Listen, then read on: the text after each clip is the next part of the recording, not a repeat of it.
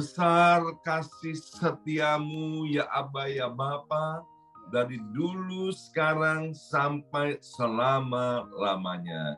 Engkau Tuhan Allah yang maha baik, Engkau Tuhan yang selalu menolong dan menyertai kami untuk selama-lamanya. Mari kita berdoa bersama-sama, ulangi seperti apa yang saya ucapkan. Bapa kami yang ada di dalam surga, dikuduskanlah namamu, datanglah kerajaanmu, jadilah kehendakmu di bumi ini seperti di dalam surga. Bapa yang baik, berikanlah kami pada hari ini rezeki yang menjadi bagian kami secukupnya, cukup untuk memberikan pinjaman kepada banyak bangsa, sedangkan kami sendiri tidak punya pinjaman cukup untuk menjadi saksi Tuhan. Mulai dari Yerusalem, Yudea, Samaria, sampai ke ujung-ujung bumi. Cukup untuk menjadikan semua bangsa murid Kristus dan membaptis mereka dalam nama Yesus. Terima kasih Bapa untuk rezeki yang secukupnya, dan ampunilah dosa-dosa kami, ampunilah kesalahan kami, seperti kami pun mengampuni orang-orang yang bersalah kepada kami. Dan janganlah masukkan kami ini ke dalam pencobaan, tetapi bebaskanlah kami dari segala yang jahat. Sebab Engkaulah yang empunya kerajaan, kuasa, dan kemuliaan sampai selama-lamanya. Dalam nama Tuhan Yesus, kami sudah berdoa. Haleluya, haleluya, haleluya. Mari Bapak Ibu sekalian, sekarang kita bersama-sama secara serempak dan serentak kita akan menggemakan Mazmur 91 ini. Dan percayalah, mati dan hidup dikuasai oleh lidah. Siapa suka menggemakannya akan memakan buahnya. Dengan gembira, dengan semangat, dengan sukacita, mari kita bersama-sama dari tempat kita masing-masing dengan suara yang keras berkata 2, 3. Mazmur 91, orang yang duduk dalam lindungan yang maha tinggi dan bermalam dalam naungan yang maha kuasa akan berkata kepada Tuhan, tempat perlindunganku dan kubu pertahananku, Allahku yang kupercayai. Sungguh Tuhanlah yang akan melepaskan aku dari jerat penangkap burung dan dari penyakit sampar yang busuk. Dengan kepaknya Tuhan akan menundungi aku, di bawah sayapnya aku akan berlindung. Kesetiaan Tuhan ialah perisai dan pagar tembok. Amin, amin, amin. Terjadi di dalam nama Tuhan Yesus. Aku tak usah takut terhadap kedahsyatan malam, terhadap panah yang terbang di waktu siang, terhadap penyakit sampar yang berjalan di dalam gelap, terhadap penyakit menular yang mengamuk di waktu petang. Walau 1.000 orang rebah di sisiku dan 10.000 di sebelah kananku, tetapi itu tidak akan menimpa aku. Aku hanya menontonnya dengan mataku sendiri dan melihat pembalasan terhadap orang-orang fasik. Sebab Tuhan ialah tempat perlindunganku yang maha tinggi, telah kubuat tempat perteduhanku. Amin, amin, amin. Terjadi di dalam nama Tuhan Yesus. Malapetaka tidak akan menimpa aku, dan tulah tidak akan mendekat kepada kemahku. Sebab malaikat-malaikat Tuhan akan diperintahkan oleh Tuhan kepadaku untuk menjaga aku di segala jalanku. Para malaikat Tuhan akan menatang aku di atas tangannya, supaya kakiku jangan terantuk kepada batu. Singa dan ular tedung akan aku langkai. Aku akan menginjak anak singa dan ular naga. Amin, amin, amin. Terjadi di dalam nama Tuhan Yesus. Sungguh hatiku melekat kepada Tuhan, maka Tuhan akan meluputkan aku. Tuhan akan membentengi aku, sebab aku mengenal nama Tuhan. Bila aku berseru kepada Tuhan, Tuhan akan menjawab. Tuhan akan menyertai aku dalam kesesakan. Tuhan akan meluputkan aku dan memuliakan aku. Dengan panjang umur akan Tuhan kenyangkan aku, dan akan Tuhan perlihatkan kepadaku keselamatan daripadanya. Amin, amin, amin. Terjadi di dalam nama Tuhan Yesus. Terima kasih Bapa. Berbicaralah sekarang melalui kebenaran firman Tuhan kepada setiap kami, anak-anak-Mu yang Engkau sudah panggil, yang Engkau pilih, yang Engkau cintai dan kasihi. Terima kasih Bapa. Dalam nama Tuhan Yesus, yang siap mendengarkan firman Tuhan, angkat jempolnya ke depan dan katakan amin 3 kali. Amin, amin, amin. Salam revival, salam kebangkitan, semangat pagi.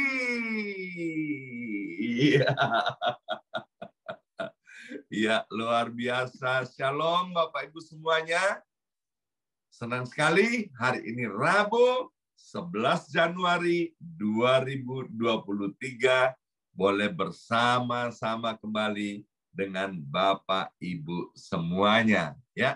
Nah, hari ini renungan kita sudah tiba di kitab Ibrani pasal yang ke-6, dan saya akan membacakan ayat yang ke-10 dalam terjemahan bahasa Indonesia sehari-hari.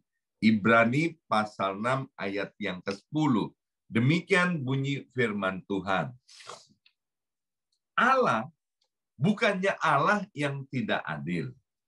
Ia tidak melupakan apa yang kalian kerjakan baginya, dan kasih yang kalian tunjukkan kepadanya sewaktu menolong saudara-saudara seiman dahulu dan sekarang. Ya, nah Bapak Ibu sekalian, kita tahu bahwa tahun ini, tahun 2023, kita sama-sama punya iman, kita sepakat bahwa tahun ini adalah tahun kebangkitan. Bersama saya ucapkan tahun kebangkitan. 2, 3, tahun kebangkitan. Ya, biarlah setiap kita mengalami kebangkitan secara khusus dalam 5 area kehidupan kita. Bersama saya ucapkan 5 area. 2, 3, 5 area. Ya, nanti Bapak Ibu sekalian mengalami kebangkitan di 6 area, 7 area, 8 area, 9 area, 10 area, dan lain sebagainya. Itu puji Tuhan. Tapi 5 area ini penting sekali kita perhatikan. Yang pertama, kita harus mengalami kebangkitan dalam area kerohanian. Bersama saya ucapkan kerohanian. 2, 3, kerohanian. Ya, kita makin cinta kepada Tuhan, makin mengasihi Tuhan, rajin beribadah, dan kemudian juga rajin melayani Tuhan. Yang kedua, kita harus punya iman, mengalami kebangkitan di dalam keluarga, rumah tangga kita masing-masing. Tahun 2023 ini kita harus punya dream, punya mimpi, ada goal yang harus kita raih. Bahwa keluarga, rumah tangga kita akan jauh lebih baik, lebih harmonis, dan kita boleh merasakan hubungan suami istri, orang tua anak, menantu, dan mertua yang rukun. Ya, sehingga Mazmur 133, ayat pertama sampai dengan ayat yang ketiga itu digenapi. Yaitu berkat-berkat akan diperintahkan untuk dicurahkan dalam keluarga dan rumah tangga kita. Dan kemudian kita harus mengalami kebangkitan yang ketiga, yaitu dalam area ekonomi. Bersama saya ucapkan ekonomi. 2, 3, ekonomi. Pekerjaan kita lebih diberkati, keuangan kita lebih melimpah, dan kemudian keuntungan-keuntungan yang kita dapati jauh melampaui daripada waktu-waktu yang lampau. Maka itu Bapak Ibu sekalian, kita harus punya iman. Tahun 2023, keuangan kita mengalami kebangkitan jauh lebih dahsyat, jauh lebih diberkati daripada tahun-tahun yang lampau. Ingat, Alkitab berkata, terjadilah seperti yang engkau imani. Ya. Dan kemudian yang keempat, kita harus mengalami kebangkitan di dalam area kesehatan. Bersama saya ucapkan kesehatan. 2, 3, kesehatan. Ya. Kita harus lebih sehat daripada tahun-tahun yang lampau, sebab berkat-berkat Tuhan itu tanpa kesehatan maka sia-sia, Bapak Ibu sekalian. Ya, Tuhan memberkati kita. Yang pertama, agar kita dapat menikmati kasih dan kemurahan Tuhan. Yang kedua, Tuhan berkati kita agar berkat ini bisa disalurkan. Bagaimana kalau tubuh kita tidak mengalami kesehatan? Yang kelima, kita harus mengalami kebangkitan dalam karakter kita. Bersama saya ucapkan karakter. 2, 3, karakter. Yaitu tahun 2023 menjadi goal buat setiap kita, bahwa karakter kita akan semakin serupa dengan Kristus.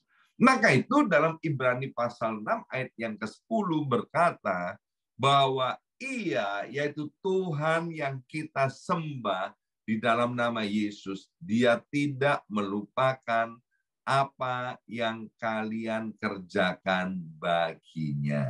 Ya, Kolose pasal 3 ayat 23 sampai 24, apapun yang didapat oleh kedua belah tangan kita, apapun yang kita kerjakan, semuanya harus kita kerjakan seolah-olah untuk Tuhan. Ya, kita harus mengerjakan segala sesuatu dalam hidup ini. Dalam bisnis, dalam pekerjaan, di dalam rumah tangga, maupun dalam pelayanan, semuanya untuk Tuhan. Ya, ayat ini bilang bahwa Tuhan tidak melupakan apa yang dikerjakan oleh setiap kita. Orang-orang yang nggak sungguh-sungguh dalam Tuhan, ya, dia berkata begini, ya, Gusti ora sare, Tuhan tidak tidur. Ternyata Bapak Ibu sekalian, itu bukan hanya ada di Jawa, bukan hanya ada di Indonesia.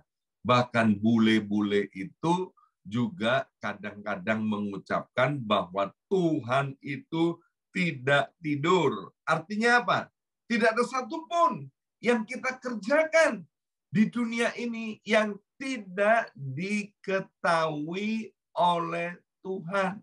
Maka itu Bapak Ibu sekalian, kalau kita ngerti bahwa Tuhan tidak melupakan apa yang kita kerjakan untuk Tuhan, maka kita akan bersemangat untuk melakukan hal-hal yang memuliakan nama Tuhan. Ya, Ibrani pasal 6 ayat 11 dalam bahasa Indonesia sehari-hari dikatakan, kami ingin sekali supaya kalian masing-masing terus bersemangat sampai akhir, sehingga kalian menerima apa yang kalian harapkan itu. Bersama saya ucapkan semangat. 2, 3, bersemangat. Ya, mulai tahun lalu saya udah gembar-gemborkan, ya kan, gembar-gemborkan untuk semangat, sehingga saya selalu berkata semangat pagi. Artinya Tuhan mau kita terus bersemangat. Bahkan ayat ini menegaskan supaya kita bersemangat sampai akhir. Semangat beribadah, semangat berdoa, semangat melayani Tuhan. Waktu bekerja, semangat untuk bekerja. Di dalam keluarga, semangat untuk mengasihi keluarga kita. Amin. Di mana-mana kita harus bersemangat. Alkitab bilang begini, kalau semangat itu padam, maka akan mengeringkan tulang. Jadi penting sekali untuk kita semangat, dan semangat kita, maaf, jangan seperti orang membuka botol soda, ya kan? Atau kalengnya soda. Waktu botol soda atau kaleng soda itu dibuka, cepret, ya kan? Kemudian mengeluarkan cairan dari dalamnya, ya kan? Menyembur, setelah itu kempes, selesai, ya. Kita nggak boleh seperti itu. Hari ini semangat, besok semangat, dan terus semangat sampai kepada akhirnya. Nggak boleh seperti yoyo, turun naik, ya. Terus semangat sampai akhir. Alkitab bilang begini, kalau kita semangat sampai akhir, maka kita akan menerima apa yang kalian harap-harapkan itu. Tahun 2023 kita nggak tahu apa yang ada di depan kita, apa yang kita akan hadapi. Tetapi ingat satu hal, seperti pujian-pujian tadi yang kita naikkan, bahwa Tuhan selalu menolong kita, Tuhan selalu menyertai kita. Bahkan di dalam deklarasi tadi, Mazmur 91, yang tiap hari kita gemakan, bahwa Tuhan akan meluputkan kita dari malapetaka. Tuhan akan meluputkan kita dari segala yang jahat. Mengapa? Karena Tuhan itu menyertai dan melindungi kita. Jadi apapun yang terjadi, jangan sampai kita kecil hati, tawar hati, atau tidak bersemangat. Ingat, kita harus terus bersemangat. Dan kemudian ayat yang ke-12 dalam terjemahan bahasa Indonesia sehari-hari, dari Ibrani pasal 6 berkata, kami tidak mau kalian menjadi malas. Ya. Jadi di dalam Tuhan, Bapak Ibu sekalian, ingat tadi saya bilang bahwa kita ini harus mengalami kebangkitan dalam 5 area. Salah satunya dalam hal karakter. Karakter orang Kristen, karakter orang percaya tidak boleh malas. Ya.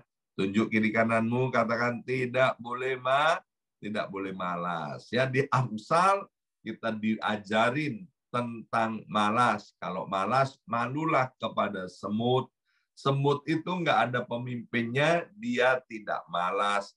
Yesus bilang orang yang malas itu adalah hamba yang jahat. Ya, jadi kita harus terus semangat, tidak boleh malas berdoa, tidak boleh malas beribadah, tidak boleh malas baca Alkitab, dan juga tidak boleh malas dalam bekerja. Harus seimbang, Bapak Ibu sekalian.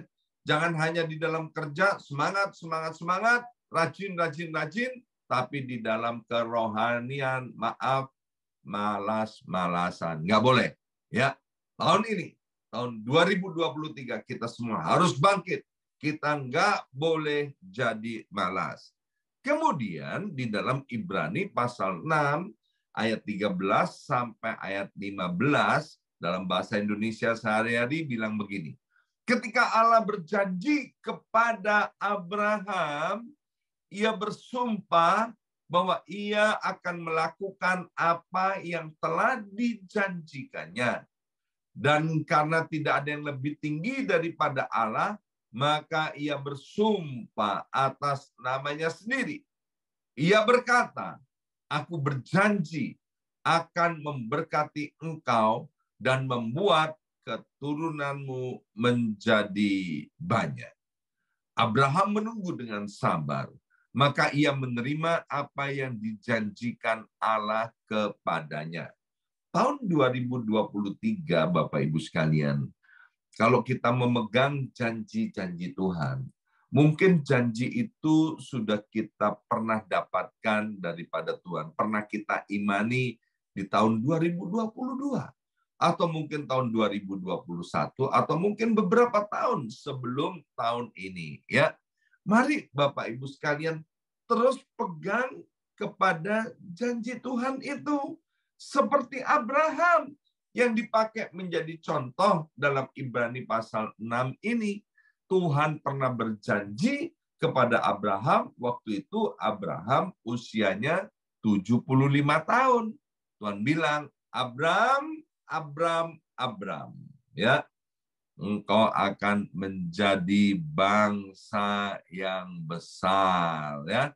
Keturunanmu akan banyak seperti bintang di langit dan banyak seperti pasir di lautan. Pada waktu itu Abraham dalam keadaan mandul, Bapak Ibu sekalian, ya, di usia tuanya menurut medis mandul, menurut Alkitab juga mandul. Tidak mungkin dia punya anak, ya, umur 75 tahun sudah tua, dan dikatakan juga bahwa istrinya yang bernama Sarah juga sudah mati haid, nggak menstruasi lagi. Maaf Bapak Ibu sekalian, ya. Tetapi Abraham percaya akan janji Allah itu, sehingga apa? Dikatakan ayat 15 tadi, Abraham menunggu dengan sabar, ya.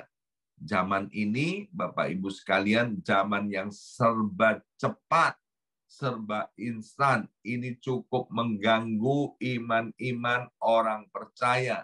Kita ini kan kepinginnya cepat, ya kan? Kita kepingin Tuhan ngomong apa hari ini juga harus terjadi, ya kan? Kalau nggak terjadi hari ini, ya sudahlah, paling besok, ya kan? Kalau nggak besok, paling lama dalam minggu ini. Oke lah, kalau aku ngalah dalam minggu ini nggak terjadi dalam bulan ini. Tapi awas Tuhan, kalau lebih daripada bulan ini, jangan-jangan engkau nggak ada. Nggak boleh begitu, Bapak Ibu sekalian, ya. Pegang janji Tuhan dan tunggulah dengan sabar. Karena Tuhan itu pasti menggenapi setiap janjinya. Alkitab bilang begini, dalam kitab Bilangan, bahwa Tuhan itu bukan manusia. Dia adalah Allah. Kalau manusia ya berjanji, kadang-kadang bisa ditepati dan kadang-kadang tidak ditepati, tergantung situasinya, ya kan? Situasi, kondisi, keadaan. Tapi kalau Tuhan tidak, Bapak Ibu sekalian, sekali Dia berjanji, maka janjinya itu pasti digenapi. Bersama saya ucapkan pasti digenapi. 2, 3, pasti digenapi. Apalagi janjinya itu udah ditulis di kertas hitam atas putih, namanya kertas Alkitab. Ditulis juga di dalam zaman sekarang canggih sekali, ya kan? Di elektronik dicatat janji Tuhan, ya. Maka itu Bapak Ibu sekalian, janjinya itu sudah tertulis, tersurat, tersirat. Tidak mungkin Tuhan mengingkari janjinya. Apa kata dunia kalau Tuhan mengingkari janjinya, ya?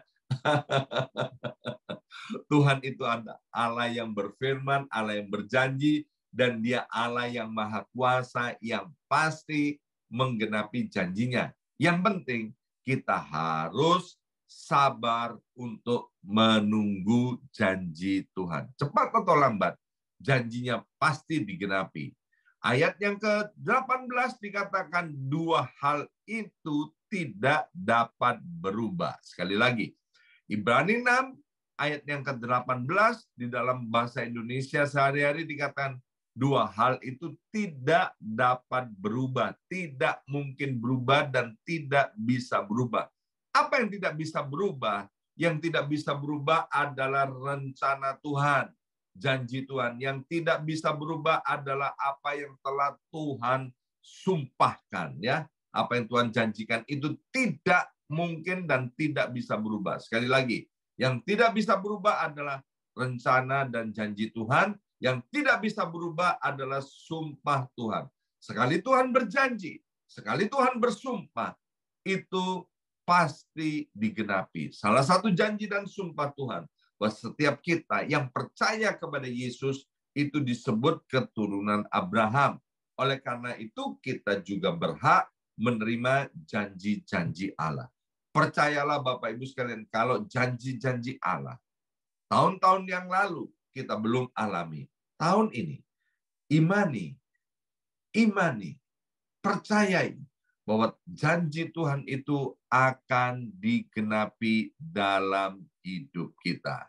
Alkitab bilang, ya kita harus menunggu dengan sabar janji Allah itu. Tuhan tahu waktu yang paling tepat kapan untuk menggenapi setiap janjinya. Amin. Mari kita berdoa. Kami mengucap syukur Tuhan untuk firman Tuhan di awal tahun 2023 ini.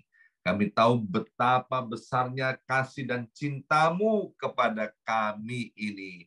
Engkau mau Tuhan agar kami terus setia kepada Tuhan. Berpegang kepada janji-janji Tuhan dan terus giat di dalam melakukan hal yang baik untuk kemuliaan nama Tuhan.